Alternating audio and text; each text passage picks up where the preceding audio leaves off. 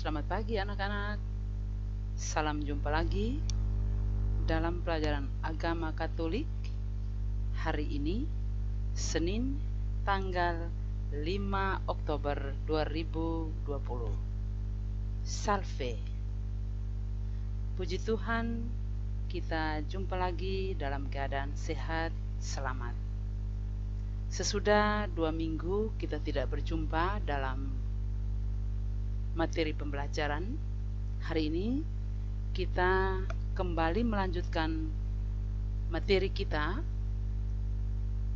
yaitu dari materi kedua,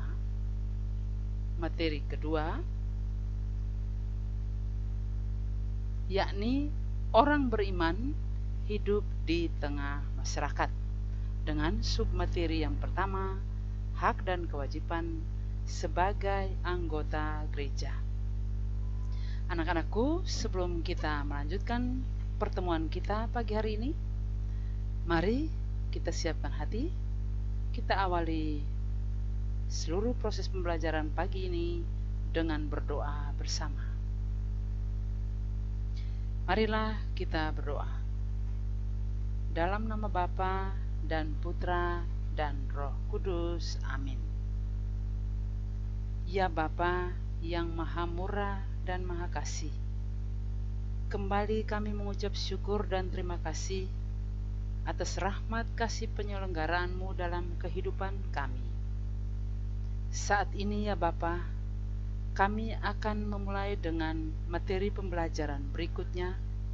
Kami mohon utuslah kepada kami roh pengertian, agar kami dapat memahami hak dan kewajiban kami sebagai anggota gereja, sehingga kami dapat ikut ambil bagian dalam karya pelayanan gereja-Mu yang kudus.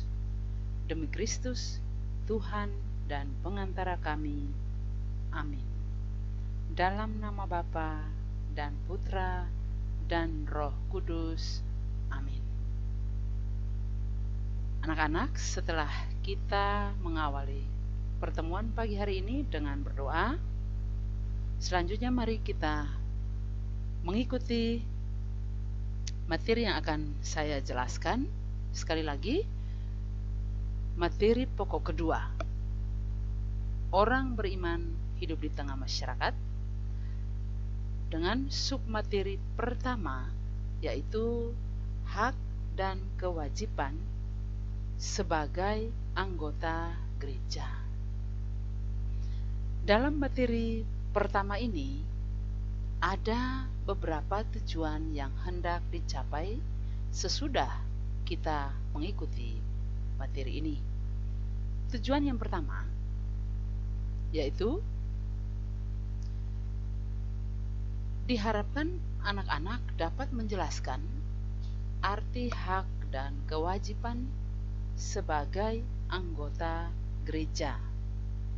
Yang kedua, anak-anak dapat menjelaskan konsekuensi baptis dari setiap anggota gereja. Yang ketiga, anak-anak mampu menjelaskan hak sebagai anggota gereja menurut hukum gereja.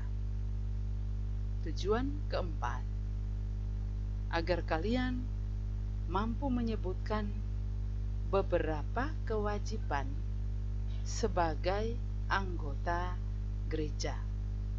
Dan tujuan yang kelima, yang terakhir, yaitu kalian dapat menyebutkan sikap terhadap hak dalam gereja berdasarkan Injil Markus pasal 10 ayat 35 sampai 40.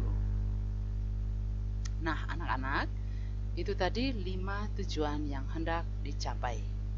Selanjutnya kita dengarkan materi pembelajaran untuk mencapai tujuan yang sudah kita ketahui tadi.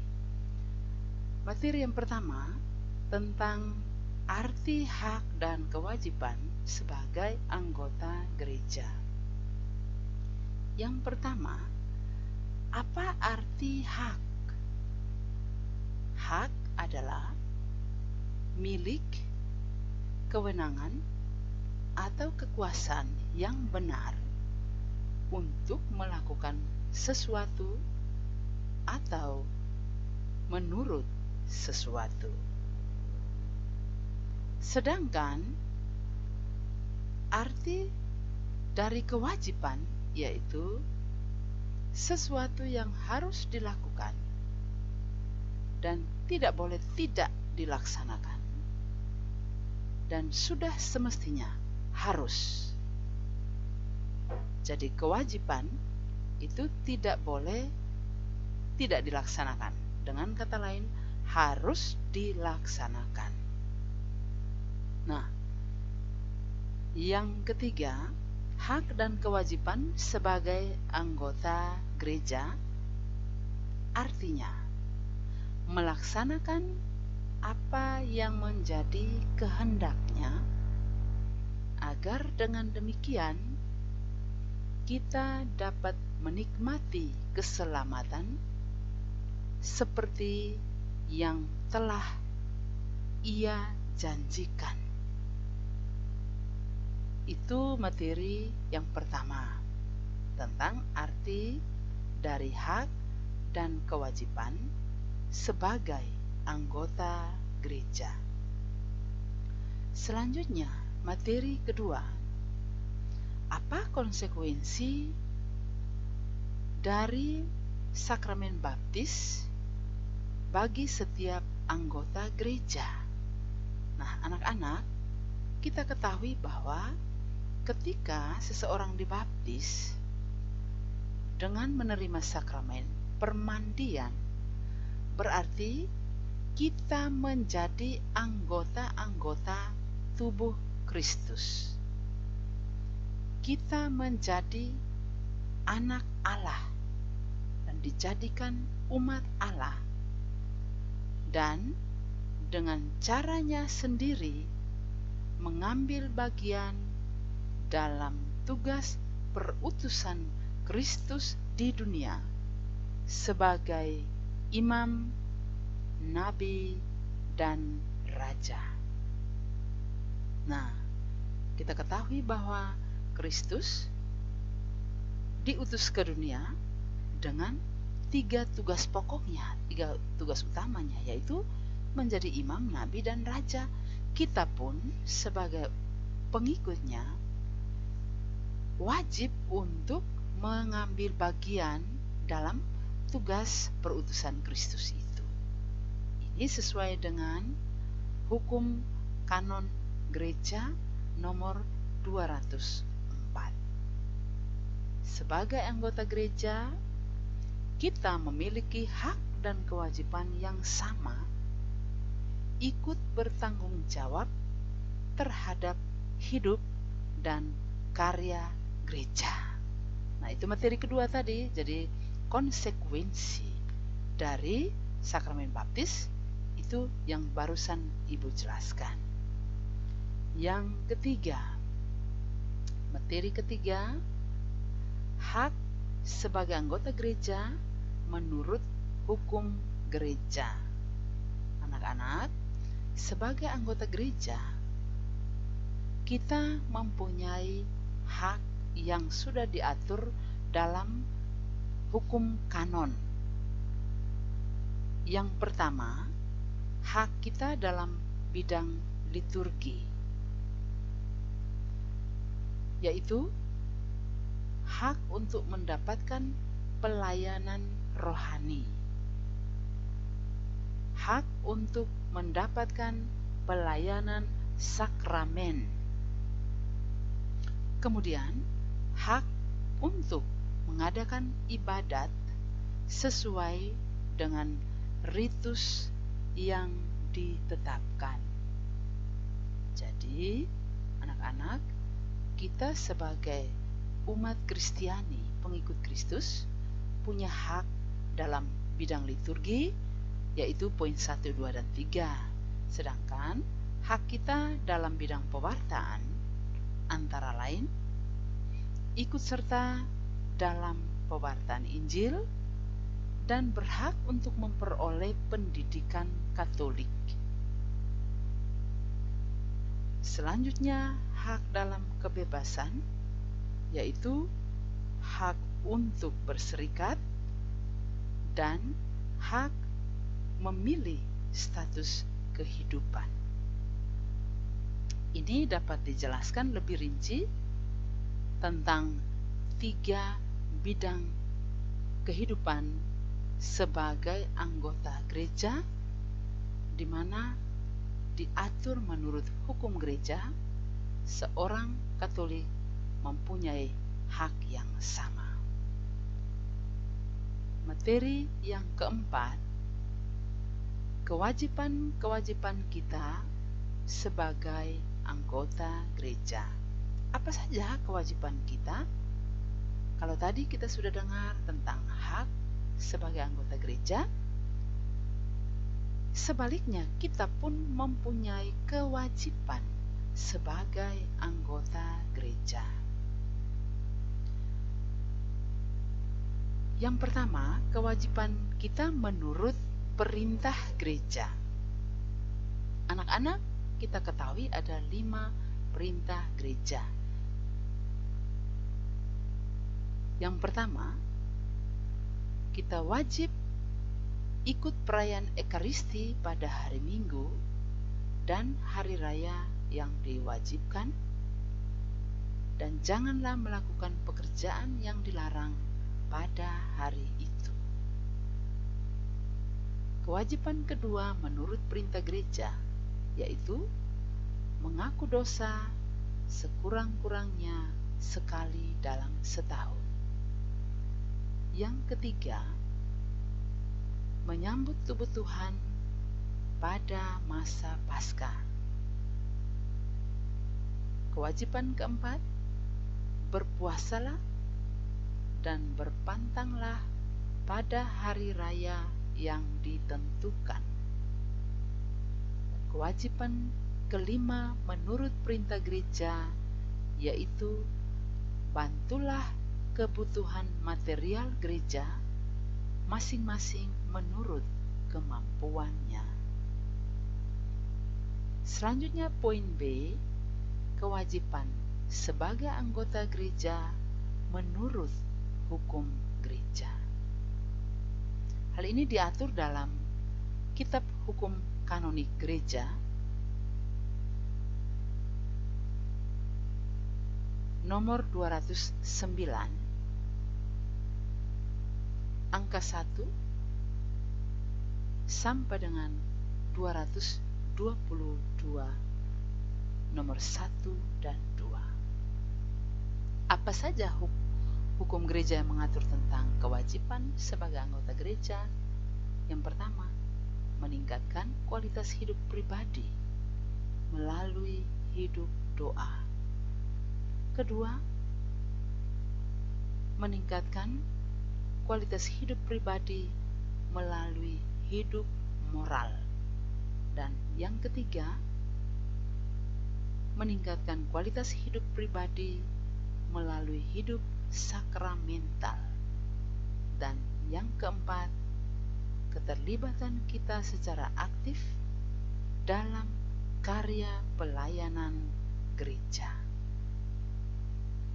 Selanjutnya anak-anak, materi yang kelima, yaitu sikap terhadap hak dalam gereja berdasarkan Injil Markus pasal 10 ayat 35 sampai 40.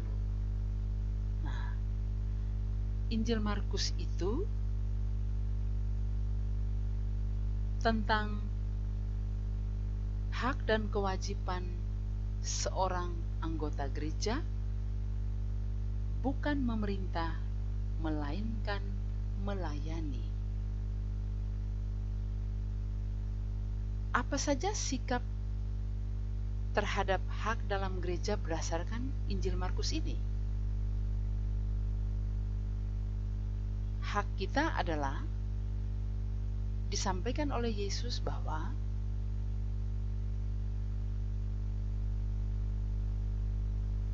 dua orang muridnya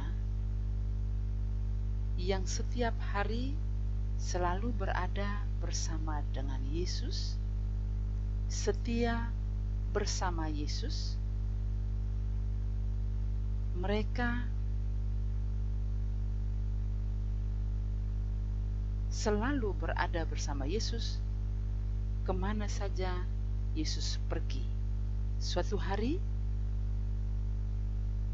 ibu mereka, ibu dari Yakobus dan Yohanes, meminta kepada Yesus agar kelak nanti kedua anaknya ini, yang satu duduk di sebelah kanan Yesus, yang satu duduk di sebelah kiri Yesus. Namun, apa jawaban dari Yesus kepada ibu kedua muridnya ini? Jawabannya, tetapi hal duduk di sebelah kananku atau sebelah kiriku, aku tidak berhak memberikannya. Itu akan diberikan kepada orang-orang bagi siapa itu telah disediakan. Kata-kata Yesus ini menegaskan bahwa hak pasti akan diberikan oleh Allah bagi siapa saja yang telah melaksanakan kewajiban secara bertanggung jawab. Nah, anak-anak sekalian, jadi dengan demikian kita tahu bahwa antara hak dan kewajiban harus dilaksanakan secara seimbang. Namun dalam praktek hidup setiap hari, kita lebih banyak menuntut hak ketimbang melaksanakan kewajiban. Setelah kita mengikuti materi pembelajaran pagi hari ini, kita berdoa agar kita disadarkan oleh Yesus untuk senantiasa melaksanakan hak dan kewajiban kita, baik sebagai warga negara maupun sebagai warga gereja, secara baik dan benar. Dengan demikian, hidup kita akan menjadi seimbang dan lebih berkenan di hadapan Tuhan. Nah, anak-anak, dengan demikian 5 tujuan pembelajaran kita di pagi hari ini dalam materi pertama dari pelajaran kita hari ini sudah selesai, dan Ibu harapkan kalian dapat mengikutinya dengan baik, sehingga apabila ujian nanti, kalian tidak melupakan apa yang sudah dipelajari hari ini. Anak-anakku, untuk mengakhiri pelajaran kita hari ini, saya tidak memberikan tugas atau pekerjaan rumah, tapi minggu depan pada materi kedua nanti dari bab 2 ini barulah akan saya berikan tugas kepada anak-anak sekalian. Terima kasih bagi anak-anak yang sudah mengerjakan soal ujian mid semester dan memperoleh nilai yang baik. Sedangkan bagi anak-anak yang nilainya belum tuntas, saya berharap agar kalian dapat mengerjakan ulang soal ujian mid semester yang sudah lalu dan mengirimkan jawabannya kepada saya melalui WA Agama Katolik 9. Sekali lagi terima kasih atas perhatiannya, dan mari kita akhiri pertemuan kita pagi hari ini dengan berdoa bersama. Marilah kita berdoa.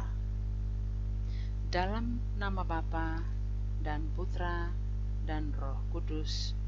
Amin. Ya Tuhan, Engkau mengajarkan para murid-Mu tidak membiasakan diri untuk dilayani, tetapi agar mereka melayani. Tolonglah kami agar semua orang yang melayani dalam gereja menjadi peka akan tugas mereka, ramah dalam pergaulan, dan tekun dalam doa. Semua ini kami mohon dengan perantaraan Kristus Tuhan kami. Amin. Dalam nama Bapa dan Putra dan Roh Kudus. Amin. Terima kasih atas perhatian anak-anak. Sampai jumpa lagi minggu depan. Selamat pagi. Salve.